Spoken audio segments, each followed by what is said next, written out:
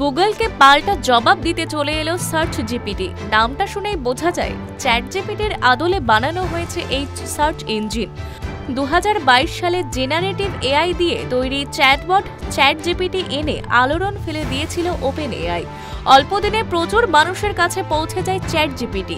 টেক্কা দিতে কিছুদিনের মধ্যে জেমিনি নিয়ে আসে গুগল। তবে এই প্রতিযোগিতা এতদিন এআই চ্যাটবটের মধ্যে সীমাবদ্ধ ছিল। সার্চ ইঞ্জিনের ক্ষেত্রে গুগলকে সরাসরি টক্কর দেওয়ার মতো কেউ আসেনি।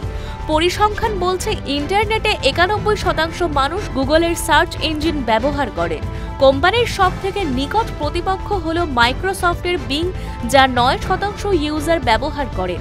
এই তালিকায় এবার জুড়ল ওপেন এআই সার্চ জিপিটি। কোম্পানির দাবি, ইন্টারনেট থেকে রিয়েল টাইম ডেটা দেখানো হবে এই সার্চ ইঞ্জিনে। গুগল ও সার্চ জিপিটির মধ্যে তফাৎ কোথায়? ব্লগ পোস্টে ওপেন এআই জানিয়েছে, ইউজার কিছু সার্চ করলে তাকে সাইটের লিঙ্ক সহ সংক্ষিপ্ত বিবরণ দেবে সার্চ জিপিটি। তার পরিপ্রেক্ষিতে ইউজার নিজের প্রশ্ন রাখতে পারবেন এবং সার্চ জিপিটি সেই অনুযায়ী উপযুক্ত তথ্য তুলে ধরবে ইউজারের কাছে।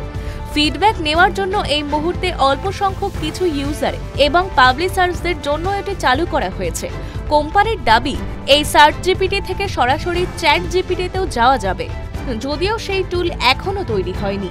তবে শীঘ্রই সেই ফিচার রোল আউট করা হবে বলে জানিয়েছে কোম্পানি। জানা গিয়েছে অনেক দিন ধরেই এই এআই চালিত সার্চ ইঞ্জিন নিয়ে কাজ করছে ওপেন এআই। যদিও গুগলের সার্চ ইঞ্জিনে যে এআই বৈশিষ্ট্য নেই তা বলা ভুল হবে। গুগলে কিছুদিন আগে সার্চ ইঞ্জিনে এআই ওভারভিউ নামক একটি ফিচার চালু করে। তবে ওপেন এআই এর দাবি, তাদের সার্চ ইঞ্জিন পুরোটাই এআই দ্বারা নিয়ন্ত্রিত। ইউজাররা কি কি সুবিধা পাবেন? টেকমহল সূত্রে দাবি, গুগল সার্চের থেকে দ্রুত এবং সংক্ষিপ্ত সার্চ রেজাল্ট পাওয়া যাবে সার্চ জিপিটিতে। সঙ্গে থাকবে যে সোর্স থেকে সেটি নেওয়া হয়েছে তার লিঙ্ক। এই সার্চ রেজাল্ট থেকে সরাসরি চ্যাট জিপিটিতে গিয়ে সেই তথ্য বিশ্লেষণও করতে পারবেন ইউজাররা। তবে সার্চ জিপিটি এখনও সবার জন্য চালু করেনি ওপেন এআই। ইউজার চাইলে www.openai.com/index/searchgpt থেকে প্রোটোটাইপ এই লিঙ্কে ভিজিট করে ওয়েট লিস্টে যুক্ত হতে পারেন।